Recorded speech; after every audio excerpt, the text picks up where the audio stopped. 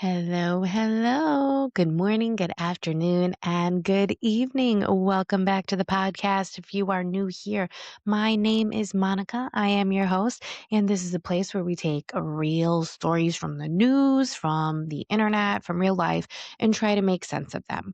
Or at the very least, collectively sit here and go, what is actually happening? Because today's episode is one of those where every segment feels like it belongs in a completely different universe, and yet somehow they all exist in the same week. So, we are starting off with a story that is genuinely hard to wrap your head around. A family who went through IVF, carried a baby, gave birth, and then found out that that baby was not biologically theirs. And it's not just shocking, it raises so many questions about trust, medicine, and what parent even means when science gets it wrong. Then we are going to pivot because emotionally we need to into a couple of stories that feel lighter on the surface, but they're still just chaotic in their own very special way. So think this one is animals doing things that they absolutely should not be doing, like logistically impressive, but also deeply concerning. And then for segment two, we are diving into the story from Netflix's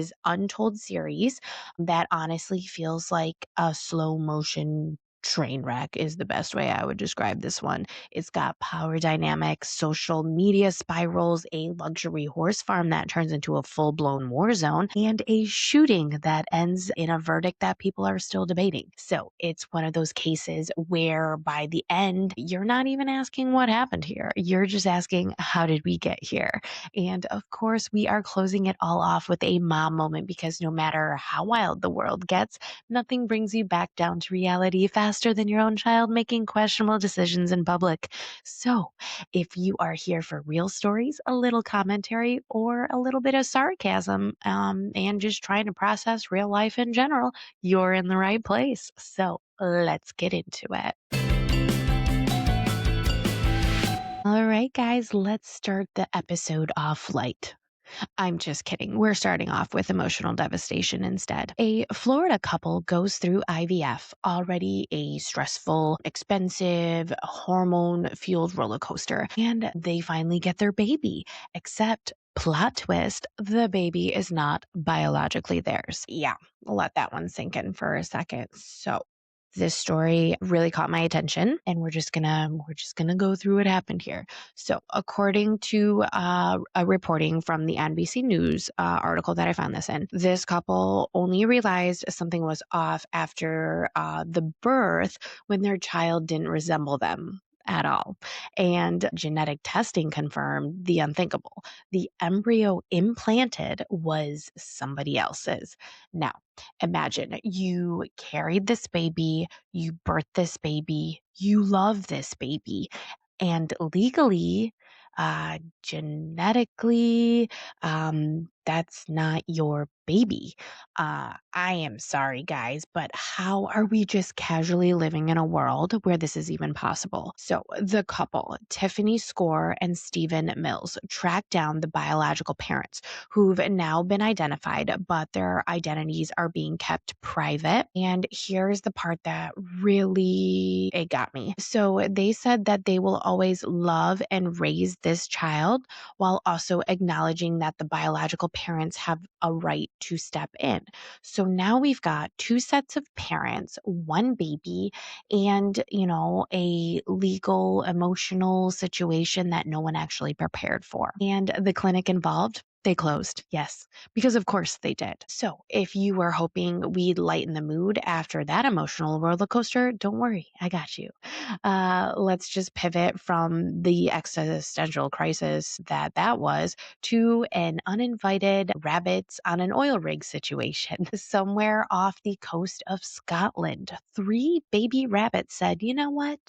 let's travel. And not like hop across a field. No, no, no. These tiny little agents somehow stowed away in a shipping container, traveled from Dundee to Aberdeen, got loaded onto a vessel, and then ended up 93 miles offshore on a North Sea oil rig. Who approved this passport? Because I just went through this process and it was costly and timely. And they just, kind of hitched a ride and did whatever they wanted to do. So these little fugitives were found just hopping around the deck. Like, yeah, this seems like a good place to go explore, guys. Workers on the rig were like, absolutely not. You are not built for offshore drilling life. So they scooped them up. They made them a little bed. They fed them veggies and basically ran a full on bunny daycare in the middle of the ocean. Then, because the story wasn't chaotic enough, they found a third rabbit hiding in a forklift pocket. Sir, what were you doing there? All three were eventually rescued and taken to a wildlife center where they are now thriving, as they should. So, we have had emotional trauma, accidental international bunny smuggling, which means it's time for something wholesome, but like trauma adjacent wholesome. In New Jersey, state troopers responded to a call that I can only best describe as, excuse me, there is a literal baby bear in a ditch. And not just like deep in the woods. No, this tiny cub is sitting next to a busy highway, just vibing alone, confused, probably thinking, where's my mom and why are there cars everywhere? So troopers stepped in, they scoop up the little 10-pound fluff nugget and get him to safety. And here's where the tone shifts a little bit, because they later discovered that his mother had likely been killed by a vehicle nearby. Yeah, which is like super sad. So this tiny baby was just out there completely alone. But plot twist, the good kind this time, you guys. Wildlife officials found another mama bear with cubs the same age and believe that she will adopt him, which is like super sweet. So now he gets a second chance, a new bear family, and honestly, a better origin story than, I don't know, most of us. And yeah, that one I had to end it with a wholesome one for you guys today. So today we have covered a baby born into a legal identity crisis, rabbits committing accidental maritime crimes, and a bear cub getting a second chance at life, which naturally leads us into our next story. Because if you thought that that was a chaotic start to the episode, just wait until you hear about a luxury horse farm, an Olympian, a Facebook warfare, and a shooting that somehow ends in applause. Yeah, stay tuned for this one. All right, welcome back, guys. So this story comes from Netflix's Untold series, and it starts on August 7th, 2019, at what should have been a peaceful horse farm in New Jersey. Spoiler, it was not peaceful at all. So let's set the stage. You've got Michael Barrisone, an Olympian level dressage trainer, which if you're not from like the horse community or like a horse person, is basically like ballet. And I am not a horse person. I am actually really terrified of horses because my babcha had a bad experience with a horse and she was like kicked in the head. And so when I was a little kid, she told me that horses were really scary, and I just never really been a horse person. I've been on a horse, I've been near horses. They freak me out, which is probably not a good thing because I guess they're very intuitive animals. So if I'm freaked out, the horse is freaked out. It's just a bad situation. Anyway, dressage. Again, is basically ballet, but make it for horses. Precision, control, and apparently just a little sprinkle of chaos. So this Michael Barrisone guy, he owns this farm called Hawthorne Hill, which he describes as a sanctuary, like the kind of place where people go find peace and not shoot people. So enter Lauren Canarek. Lauren moves onto the property with like this training deal. So the deal is that like Michael trains her and her two horses. She gets to live there. Everyone pretends it's going to go super well. just let me say, horses are not a hobby. They are a financial lifestyle choice. We are talking thousands and thousands of dollars, you guys. And I'm sure this whole like training program probably wasn't cheap either. I'm not sure if they disclosed it in the documentary or not, but yeah. So there's a reason that it is called the sport of kings because you basically need a royal budget. So now here's where things get interesting. In the horse world, it's common to pair a less experienced rider with the highly trained horse. So they can, like kind of feel what like the correct riding is supposed to be like, I guess. So Lauren starts riding Michael's prized horse, who she calls JJ, but his name is JT. And then Michael describes this horse as like the Corvette of horses. Okay. And then like Lauren's horses, he literally calls like the Toyota Corolla, which it's, I mean, don't bash a Toyota Corolla. It's a fine car, you know what I mean? But apparently this horse is just like top tier, which is shady, but also like paints the picture perfectly of how I guess Michael's attitude towards his horses are. So at first, everything like seems fine until Lauren starts posting videos on Facebook of her riding JJ and acting like it's, kind of like her horse now. And then she actually enters a competition with him. And then this is where like Michael is kind of starting to lose it. And he's like, absolutely not. You're devaluing my Corvette, essentially. And honestly, I can kind of see his point a little bit because again, I don't know very much about the horse community, but it does make sense because so my mom is a dog breeder and she brings her dogs to like compete in shows like that. And a lot of the point system has to do with the rider as well as the horse or the dog in my mom's situation. So on the other hand, Michael is going also through a divorce. And so he needed to actually sell JJ. So it was kind of like a win-win situation, sort of, but not really, but kind of. I don't know. This one's like super confusing. So anyway, Lauren swoops in and she's like, I'll just buy him. And for a brief shining moment, there is peace. But peace never lasts in these stories, does it? So now enter Mary Haskins, which is Michael's girlfriend. She starts helping train Lauren. And then the key word here is like trying to help train Lauren because according to basically everyone, it is not going well. There is tension between Lauren, Mary, and Michael, and it just like all starts escalating like super fast. Another client, Laura Osborne, who I guess was kind of like also training at the farm or something like that, met Lauren briefly, and she described her as not just like a quirky horse person because horse people are already quirky as it is, but she described her as more like frantic and manic and just kind of like off or whatever. And then Lauren, I guess there's just a lot of tension happening there and she takes things to the internet. So she starts posting and she's posting that Michael is threatening her career, that she is being bullied and that she is being targeted. And in her mind, she's kind of like the underdog in this situation. She doesn't have, like any Olympic connections, no powerful friends.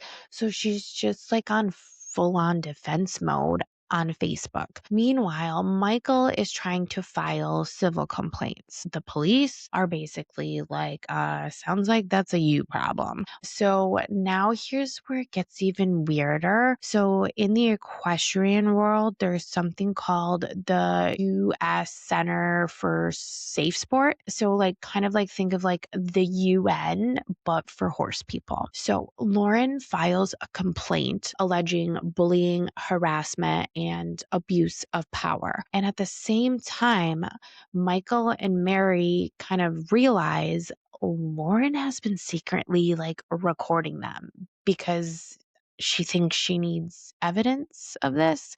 So police are being called repeatedly in the days leading up to the shooting. Everyone is on edge. And it's like Michael the one who's calling the police. And then we have the gun.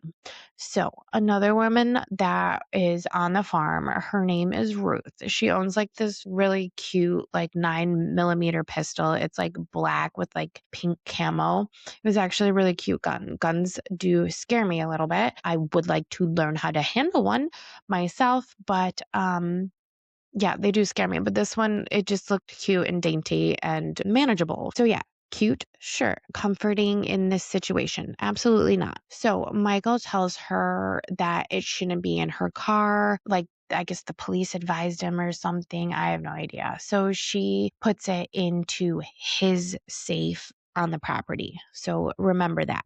Okay. Because that detail becomes like important later, like a bad sequel.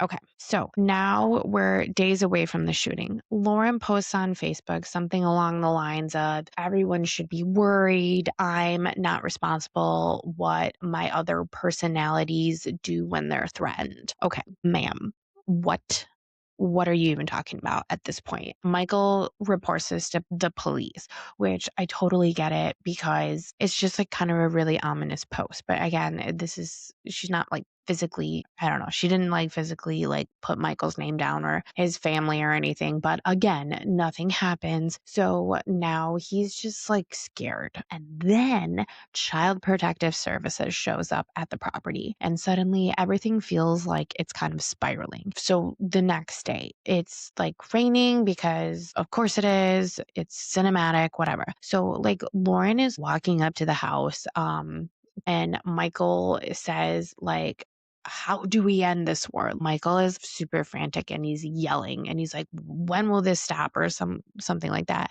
And then he shoots her. Like, what the actual F? Okay.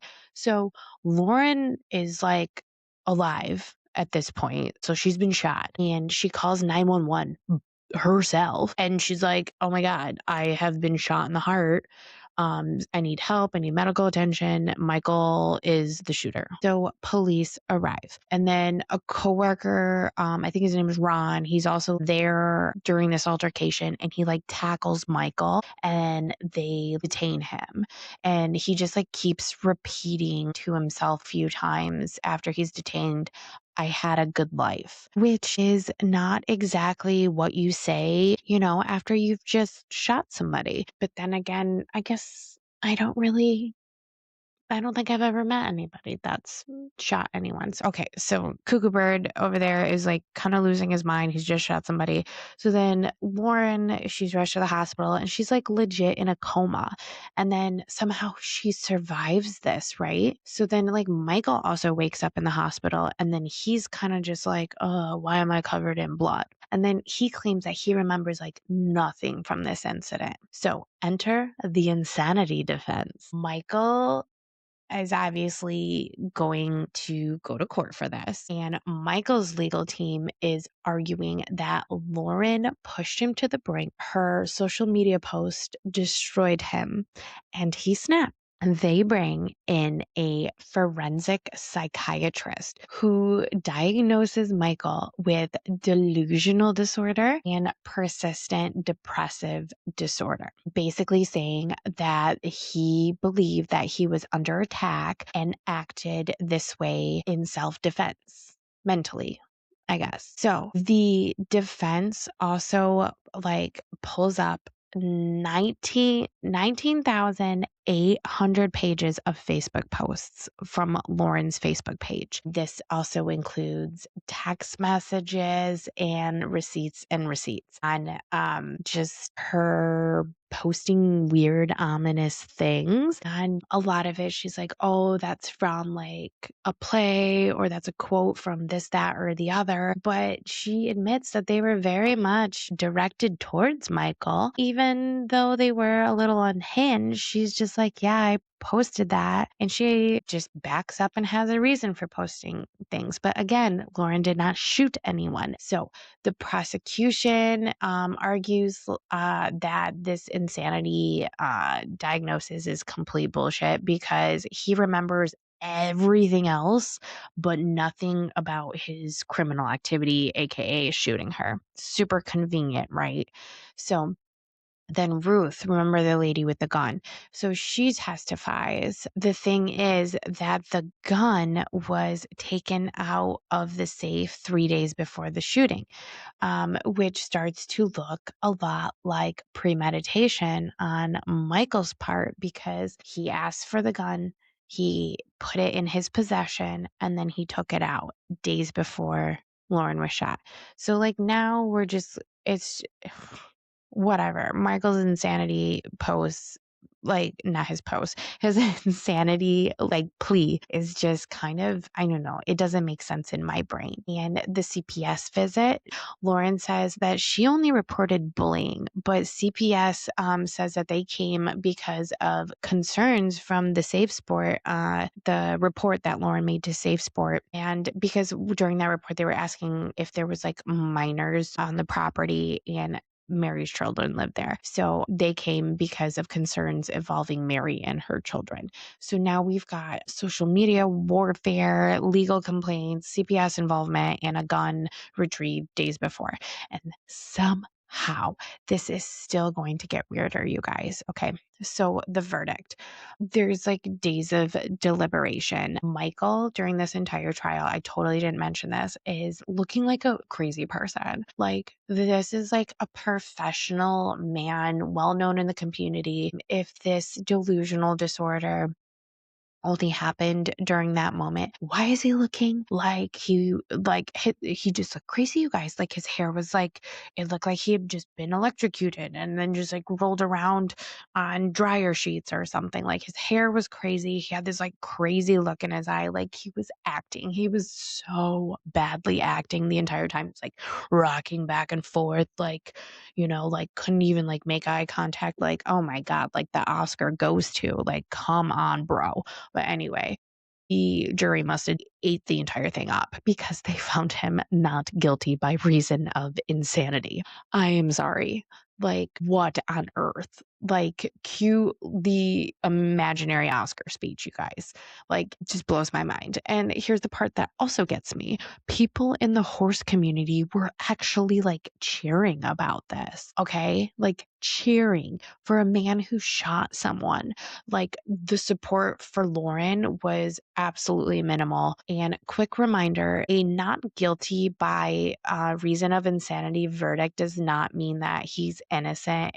It means that you did it, but you're not criminally responsible due to a mental illness. So Michael goes to a mental institution and is eventually released because he's not considered clinically insane anymore, because he never was insane, guys. At least that's my opinion on it. And Lauren, so she survives, but she is living with a collapsed lung, permanent physical damage, trauma that doesn't just go away, you guys. And somehow to this day, they still have a strange, ongoing, like, I wouldn't even call it a relationship, but they're still just battling like against each other. Like, it's super weird because of course they are. And, just when we think this whole thing has been like blown over or whatever, on December 15th, 2025, Safe Sport banned Michael from the sport entirely. And he was banned for the reasons of sexual harassment, misconduct, and policy violations. So I guess, dispute is over. I don't know. I guess it's over. This story it was just wild. It was like a social media spiral, a power dynamic gone nuclear, and a system that kept saying, figure it out yourselves, until somebody got shot. And I cannot get over the fact that this whole thing started with horses and ended with a courtroom drama that feels like a rejected episode of Law and Order or something. Yeah. So what do you guys think about this one? Like, do you think Michael was truly like led to the brink of insanity, or was this like a calculated event? I'm leaning more towards after. Like, I do think Lauren is extremely quirky, and I do think she was kind of a cuckoo bird for posting so much on Facebook. Like, it's like sometimes people treat Facebook kind of like their personal diary. But I'm sure, like, if I was friends with her, I would have just kept reading it as well. However, I just At what point should authorities have stepped in? What do you think? Am I the only one, just not happy with this verdict? Because you don't often hear the insanity defense. I mean, you hear about it being attempted with mass murderers and stuff, but it never takes. Is that the word I'm looking for? I don't know. Okay, that's enough. Let me know what you think in the comments. Let's get to the next segment. Okay, welcome back. That last segment was pretty crazy. Now we're gonna get into our mom moment. And this week I got a few things to talk about. It's been a not weird. I guess it's just been a funny week. It's been really nice here in Michigan. The day is gorgeous. I mowed the lawn for the first time today and it was awesome. I miss mowing the lawn. It is one of my favorite things ever. And I can't wait till my landscaping contract deal. I can't wait till they do all of that because I think it's going to make my yard just more manageable for me. But anyway, so this week we're outside. It's a beautiful day. And we had just left the dentist, which already feels like an accomplishment because this is his first dentist appointment. And I was super nervous because he hates going to the doctor, and getting a small child to sit still while somebody pokes around in the mouth is not an easy task. And he legit hates going to the doctor. I think it's because he's gotten vaccines and shots and stuff. So I was really, really anxious about how his appointment was going to go, but it went really good. And he liked the dentist. It's not like he loved it or anything, but he did really good at the dentist. But anyway, so I'm feeling good. The baby's fine. And I'm like, okay, we did it. We survived. Let's take a nice peaceful walk outside. And I'm trying to teach him a life lesson at this point, one of those responsible parent moments when you're just like, okay, when we're crossing the street, you need to hold my hand, kind of a lesson. And then it's just a very good lesson. We live on a pretty quiet road, but there are people that drive pretty quick sometimes. And it's just a general knowledge, do not go in the street without looking or holding mommy's hand. Simple, basic safety 101. He looks at me and he's like, no, I'm not going to do that, mom. So just immediate defiance, no hesitation, no negotiation. And he just kind of yanks his hand out of my hand. He pulls away and takes off and immediately just eats it flat on his face. And not a stumble. It was not a graceful trip or anything. It was a full body gravity checked. I don't even know how it happened. It was just boom, boom. So he fell flat on his face. And for a split second, my brain was like, oh my God, we just left the dentist and he just busted the teeth out of his mouth. Because, that would happen and that would be his life story. So I'm spiraling within seconds, everything just is happening so fast. And I scoop him up and I'm doing a full facial inspection, like a trauma nurse, and there is blood, but it's not coming from his mouth. And thank God though, thank God, no broken tooth, nothing.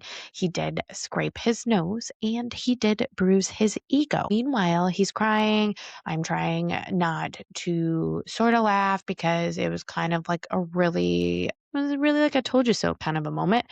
And I'm also trying to be see, this is why we hold hands. Lesson learned. I don't know. Jury's still out on that. I guess we will see how it goes again today because it has been raining a lot this week. So we haven't really gone outside too much exploring around the neighborhood. So now can we talk about how cute he is right now though? Because he's in that phase where he's starting to wear little shorts. And I swear he looks like this tiny basketball player. So Jameson bought him these little basketball shorts and it's just so cute. Where are you going, sir? Do you have practice? Do you need a Gatorade?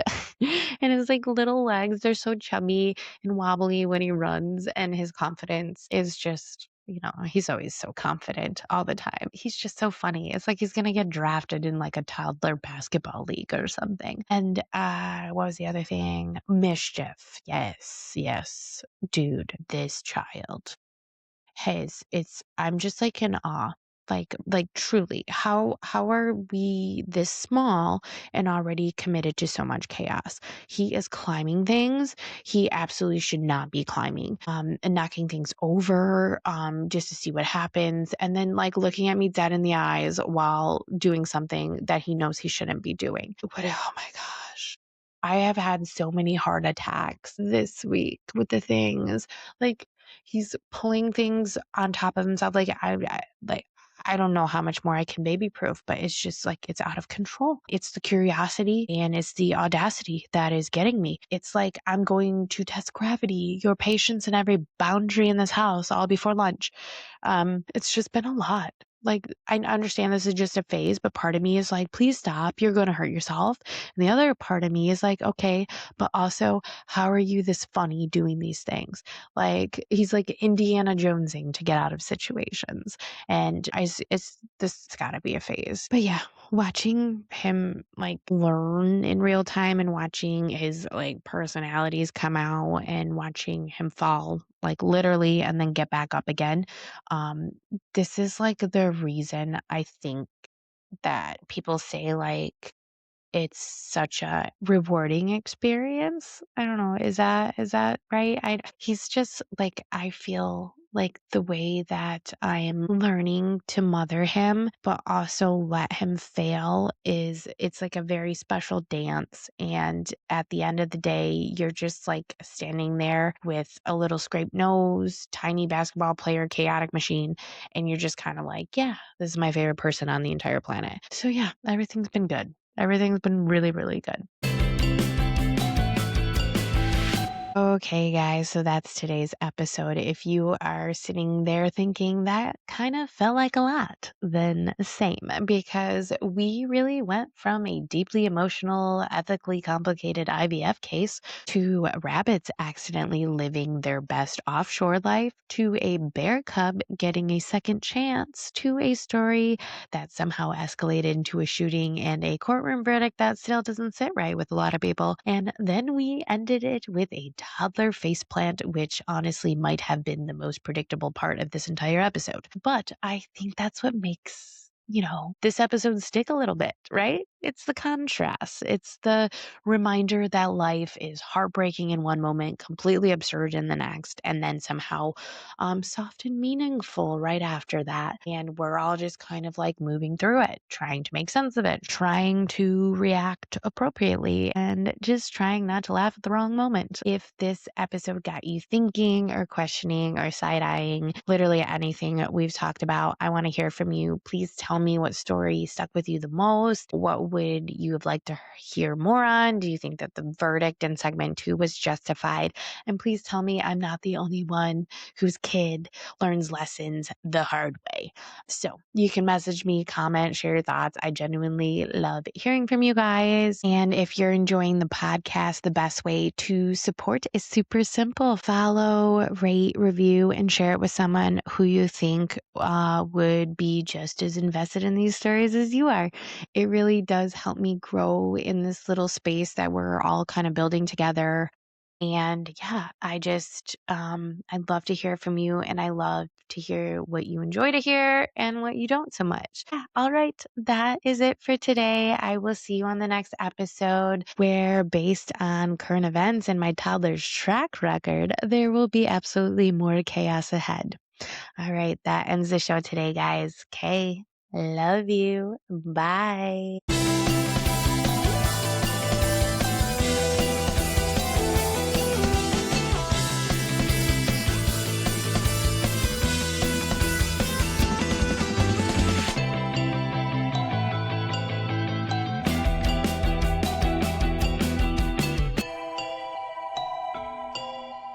This podcast is for entertainment purposes only. The facts are fuzzy. Our stories and opinions are just that, stories and opinions, not meant to be taken as professional advice.